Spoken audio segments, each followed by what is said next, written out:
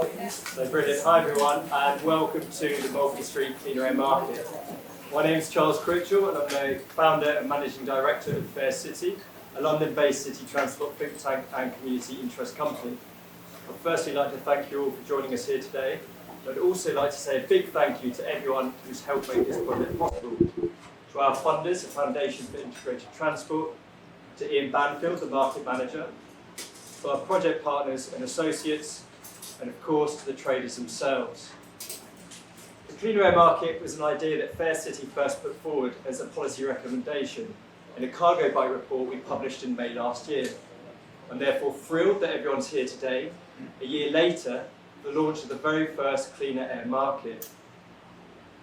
The aim of the Cleaner Air Market is to help the traders of a working market to reduce its contribution to local air pollution and to decarbonise their market day trips by switching out polluting modes of transport, such as diesel cars and vans, and by switching in sustainable modes of transport, including cargo bikes and zero tailpipe emission modes of transport.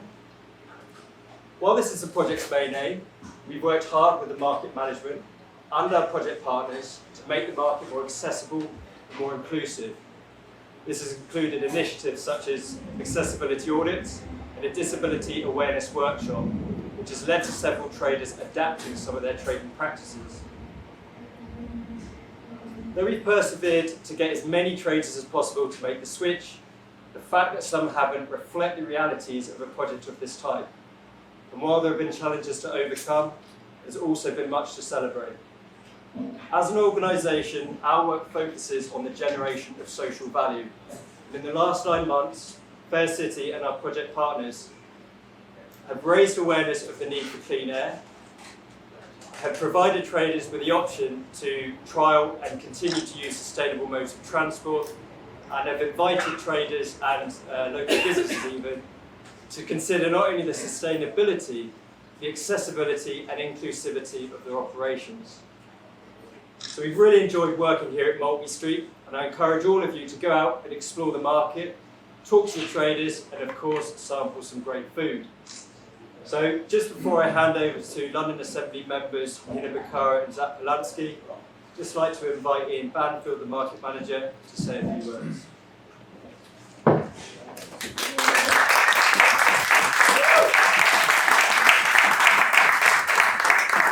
Morning all. First of all, welcome to Malt.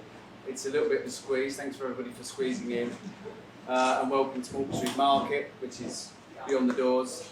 And welcome to now Maltby Cleaner Air Market. The project's been fascinating. It's been a wonderful opportunity to work with Fair City. Fair City came to us, and as soon as Charles turned up, we started the conversation. I think we knew we were going to be able to work together. The values align with some of the things we already had in place. We have 100% renewable electricity supplier here. We recycle our oil, our food waste. We are constantly trying to reduce our packaging, and we have alternative methods of packaging as well. So that worked with us straight away. It aligned with our values. Fair City came in, took the project, and didn't lean heavily on us.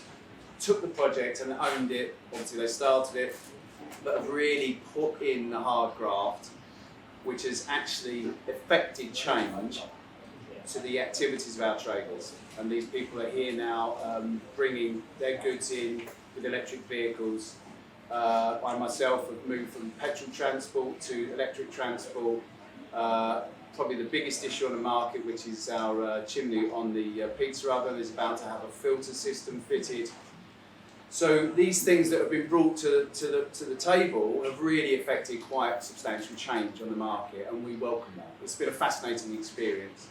And also the other people that have come and visited and given us their time, Mums for Lungs, Rules for Wellbeing, some fascinating statistics which really hit home to some of the traders about the spending power of different elements of society, and it awakens your kind of mind to that, and suddenly, I think we all needed it here. So it's been a great wake-up call.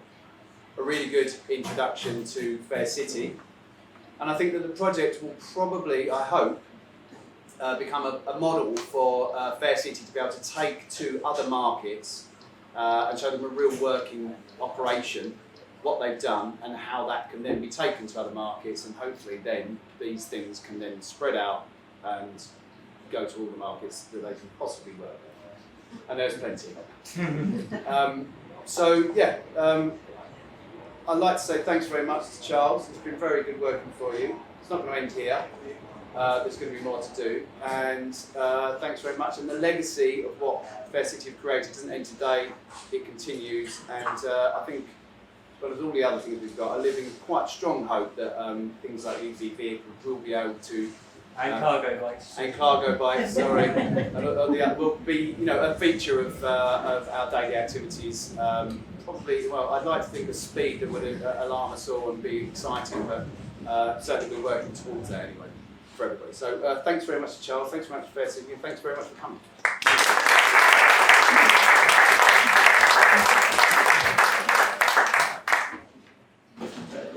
Sorry everyone, this is Hina Bakara. She is a Liberal Democrat London Assembly member. She's just going to say a few words for us.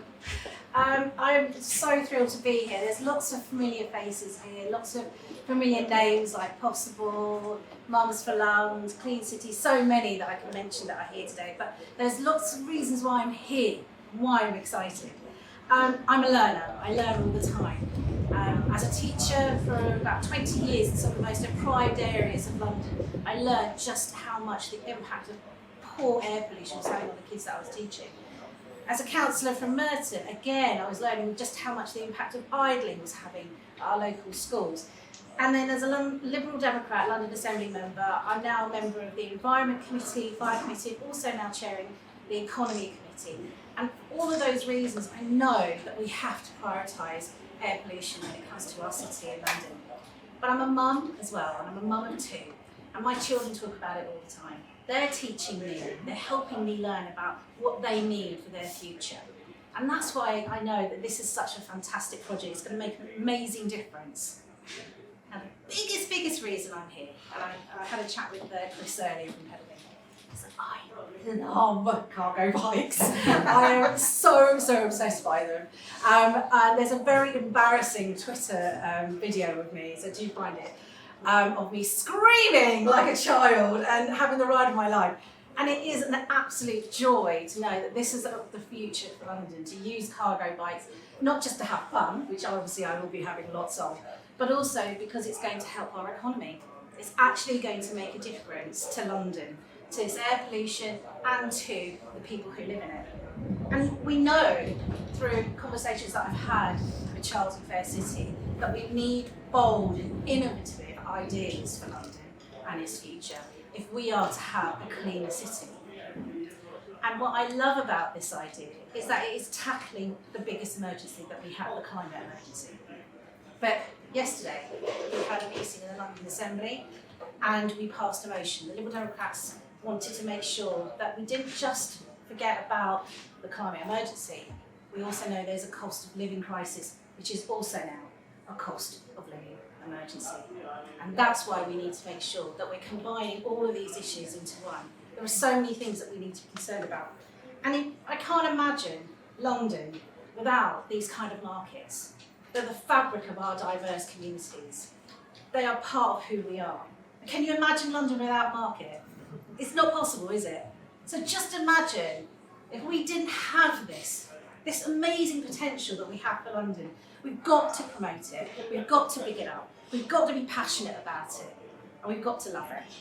So I'm going to be doing all I can to promote this amazing idea of making sure that our local air pollution is dealt with by decarbonising our journeys, but I will be here to promote cargo bikes as much as possible. We pedal me and pedal my wheels as much as I can. I'll be making sure that I ask the Mayor of London lots and lots of questions on this particular issue to push and keep on making sure that we highlight this as a way forward for London. And I'm going to be back here. I want everyone to be back here as many times as we possibly can to keep on promoting this market and other markets in London, because without it we will lose out so much in London. And if by the end of it you don't fall in love with cargo bikes as much as I do, I'd be surprised. Please just get involved, have a go and learn so much just like I have, and you won't regret it. Thank you so much for your time.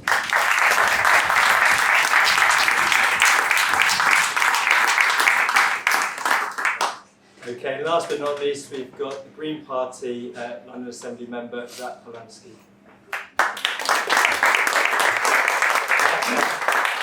Good morning, everyone. Thank you very much for having me. I'm a Green Party London Assembly member, as was just said.